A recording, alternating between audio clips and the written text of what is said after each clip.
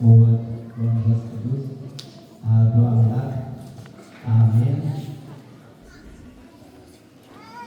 የክርስቶስ ቤተሰቦች እንዴት ሰነበታችሁ? በድጋሚ እንኳን አደረሳችሁ ወደዚህ ቀን። የአምላካችን የመድኃኒታችን ኢየሱስ ክርስቶስ ስሙ የተመሰገነ ይሁን። የእናቱ የቅድስት ድንግል ማርያም አማላጅነት ረድኤታ አይለየን። ምስጢሩን ማስተዋሉን እሱ ያድለን። አንተ የአይሁድ መምህራቸው ስትሆን ይህን አታውቁምን? ይላል።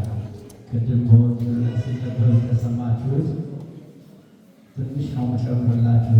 አሁን ሲዘምሩት የሰማችሁት ነው መዝሙሩ እና ወንጌሉ አንድ አይነት።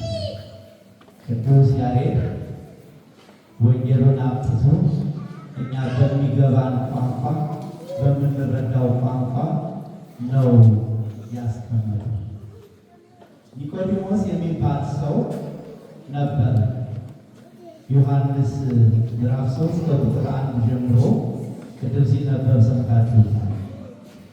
ይህ ሰው የአይሁድ አለቃ የነበረ መምህራቸው የነበረ ሰው ነበር።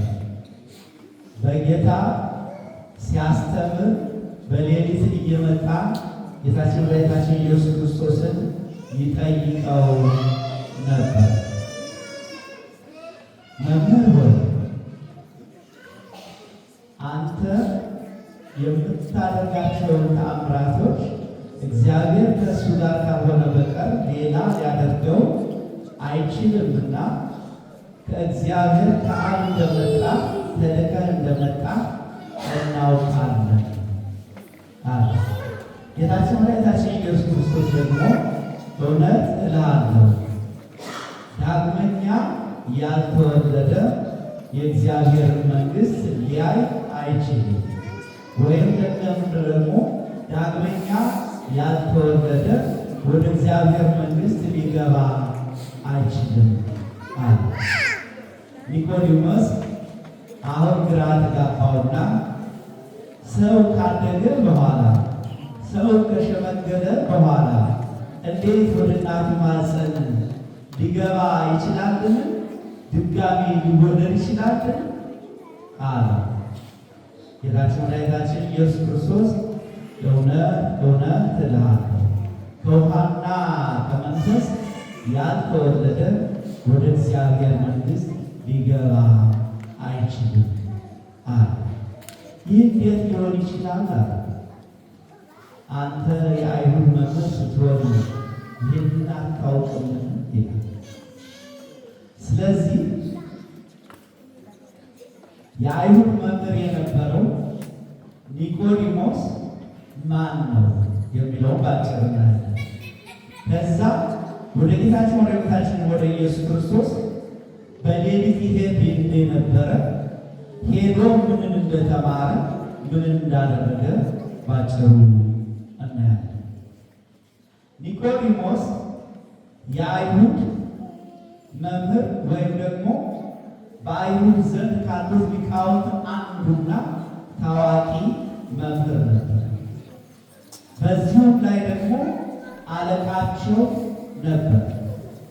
በፍርድ ሸንጎ የሚፈርድ የሚያስተዳድር አለቃቸው ነበር። በሦስተኛ ካሉት ሁሉ ሀብታም የሚባል በወቅቱ በነበረው ሀብት ሁሉ የተሟላለት ሰው እንደነበረ እናያለን። የአይሁድ አለቃቸው ነው፣ ሹም ነው፣ ምሁር ነው፣ ሀብታም። ይህ ሰውዬ ሌሊት የጌታችን የመድኃኒታችን ተአምር ሰምቶ ወደ ጌታችን በሌሊት ይሄድ ነበር። የምናየው ኒቆዲሞስን ምን ያህል ትሁት እንደሆነ ምን ያህል ቀና እንደሆነ ከሱ ሕይወት እኛ የምንማረው ጌታችን መድኃኒታችን ኢየሱስ ክርስቶስ አዲስ ትምህርት ነው ይዞ መጣው። ከእግዚአብሔር እንደተላከ አዲስ ትምህርት ነው እያስተማራቸው። ፈሪሳውያን ሊቃነ ካህናት መድረሻ ሳትተውታል፣ መውጫ መግቢያ ሳትተውታል። አዲስ ነገር ይዞባቸው ስለመጣ የእርሱን ሕይወት ምስቅልቅሉን ስላወጣው እነሱ በአመፃና በቅሚያ በተንኮል የሚኖሩትን የእርሱ ቅድስና ስላጋለጣቸው ብቻ ሊያጠፉት ይፈልጉ ነበር እና የእነሱ መምህር ነበር። የእሱን ተአምር ሲሰማ ሌሊት እንቅልፉን ትቶ መኝታውን ትቶ ቤተሰቡን ትቶ ወደ ጌታ ሄዶ አዲሱን ትምህርት ሊቀስም ሊጠይቅ ይመጣል። እቤቱ ሆኖ ወንበሩ ሳይነሳ ሹም ነው አምጡልኝ። ምንድን ነው የሚለው? ምንድን ነው እያስተማርከው ያለ? እያደረግከው ያለ ምንድን ነው? ከእኛ ከምናውቀው ውጭ እያመጣ የምታስተምረው ምንድን ነው? መጠየቅ ይችላል፣ ማሰርም ይችላል፣ የፈለገውን ማድረግ ይችላል።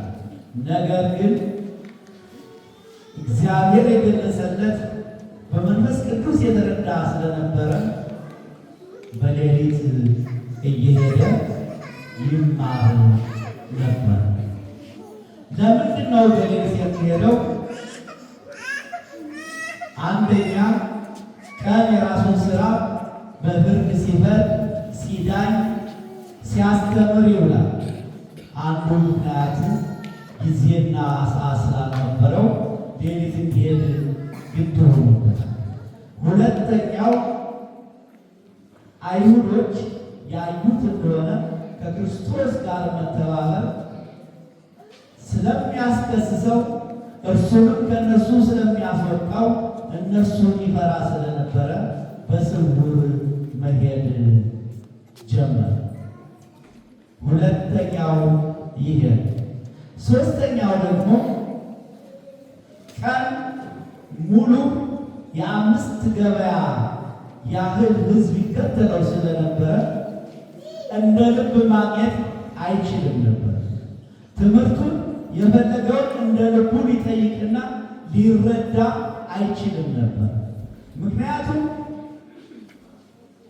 ከተለያዩ ታሪኮች ስናይ ሲጋፉ የሚውሉ በሽተኞች ግማሹ የሚያደርገውን ተአምር ለማየት፣ ግማሹ ከሚያበረክተው እንጀራ ለመመገብ፣ ግማሹ ደግሞ በትምህርቱ ተማርኮ ለመስማት፣ ሌላው ከጤናው ለመዳን የማይሰበሰብ ሕዝብ አልነበረም። ከ10 አውራጃ የሚሰበሰብ ሕዝብ ነበር ተከትሎት የሚሆን። ማታ ማታ ግን ሕዝቡን አሰናብቶ እሱ በደብረ ዘይት ተራራ ውስጥ ባለች ዋሻ ውስጥ ነበር የሚያለው።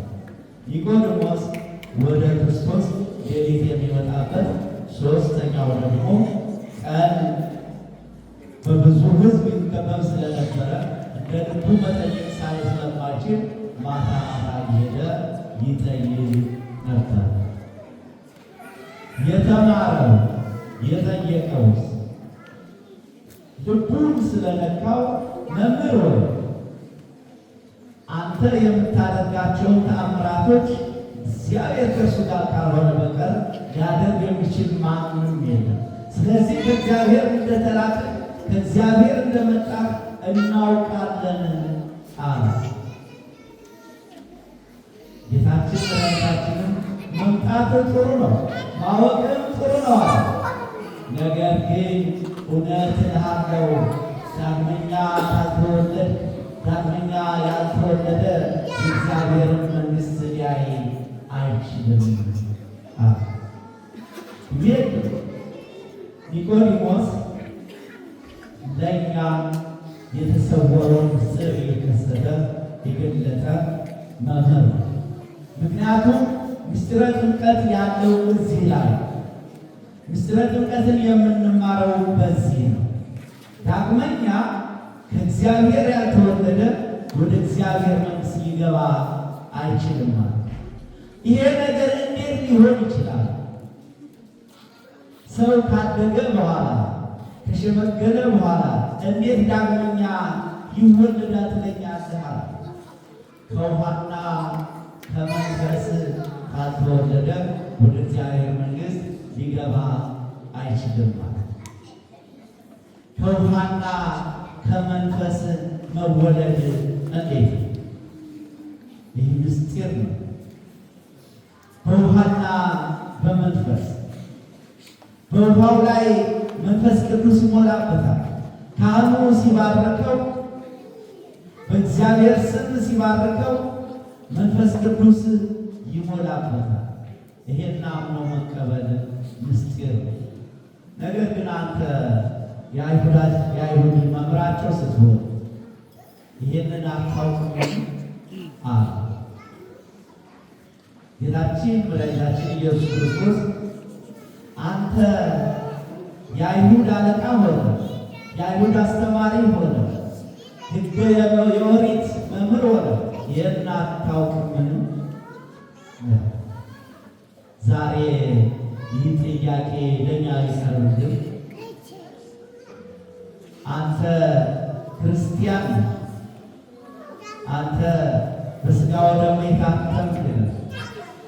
ነገር ግን ይህን የምትተላለፈውን አታውቅምን? የምታደርገውን አታውቅምን?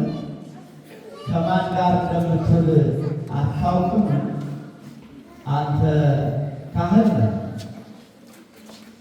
አንተ የበጎች እረኛ፣ የሕዝብ ጠባቂ አድርጌ የሾምኩ ካህን ነህ። ነገር ግን ይሄን አታውቅምን? እግዚአብሔር የሚፈልገውን አታውቅምን? ወንድምህን የምትበድለው እግዚአብሔርን የሚያስቀይመው መሆኑን አታውቅምን?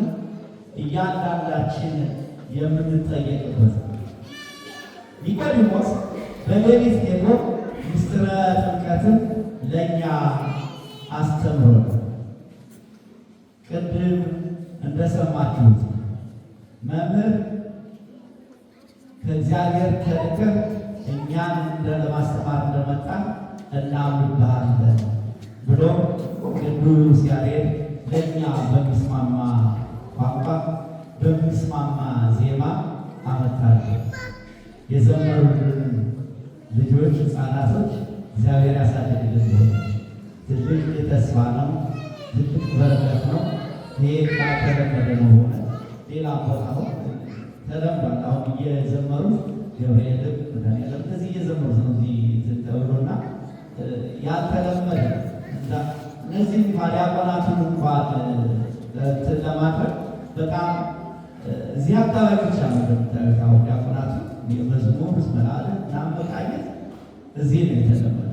አሁን የትም የሊቃውንቱ ስራ ነው። እዛኛ አሁን ልጆች ሆነን አይደለም የምናደርገው ቆይተን ከተማር ካለ በኋላ ነው አገልግሎት እናገኘው። እዚህ ግን ያው ከችግራችንም አንጻር ካለንም ችግር አንጻር ልጆቹን እያሳተፏቸው በእውነት ብዙ በረከት እያገኙ ደግሞ የሚገርመው ከዛ ነው። እነዚህ ሴቶቹ ሕፃናቶች ሲዘምሩት በጣም እንዴት ደስ ይላል መሰላቸው። እና ሌላ ቦታ የሰማሁት ሌሊት መጥተው የሚቃኙት ሴቶች ሕፃናቶች የሚቃኙ ልጆች አሉ። እና ይሄ በእውነት መባረክ መታደል ቃል እግዚአብሔር የሰፋበት ጊዜ እግዚአብሔር የጎበኘን ጊዜ ነው። ሀገራችን ብዙ የሚያሳዝነን የሚያስለቅሰን ሁኔታ ላይ ቢሆን ደግሞ በእነዚህ እንጽናናለን። በዚህ በችግር አለ እግዚአብሔር በማይታወቅበት አለ እነዚህን ሕፃናቶች ሰብስቦ አቅፎ በቤተክርስቲያን በፍቅር ይዛቸው ያደረገ እግዚአብሔር በእውነት ልናመሰግን ይገባል። ዛሬ ማንንም እንኳን አለ እንኳን ልጆቻችን ቀርቶ በራሳችን ማዘዝ የማንችልበት ሰዓት እነዚህ ልጆች አሁን ያቆናቸው ብታዩ በፍቅር ነው የሚመጡ፣ በፍቅር ነው የሚመጡ። በሌላ የምናየው እንደዛ ደግሞ እግዚአብሔር ይህንን ያበርክትልን። በእውነት ይህን ጸጋችሁን ያጽናላችሁ። ይሄ የእናንተ ልፋት የእናንተ ምኞት ነው፣ የእናንተ ጸሎት ነው። ያዚህ ሆነ ልጆቻችሁ የሚባረሩ በእናንተ ምክንያት ዝም ብሎ አይደለም። ልክ ኒቆዲሞስ ሌሊት ሄዶ እንደሚጠይቀው ሁሉ ሌሊቱን ሙሉ ስላድራችሁ ይህን በረከት ሳትሰጡ እግዚአብሔርን ስትጠይቁ እግዚአብሔርን ስታገለግሉ የምታድሩ አላችሁ። ከሩቅ መጥታችሁ ይህን ሁሉ አቋርጣችሁ በብርድ በመከራ የምትመጡት ሁሉ ዋጋ ያለው ስለሆነ የእናንተ ደግሞ ድካም አይቶ ይሄው እነዚህ በሕፃናታችን በልጆቻችን እግዚአብሔር ይባርከናል ማለት ነው። እቺን ቀን የሰጠን አምላክ ስሙ የተመሰገነ ይሁን። ለኒቆዲሞስ ምስጢርን የገለጸ አምላካችን ለእኛም ደግሞ ማስተዋሉ ጥበቡን ያድለን። በስብሐት ለእግዚአብሔር። በሚቀጥለው ሳምንት አንድ ጨርሼ እንድናደርግ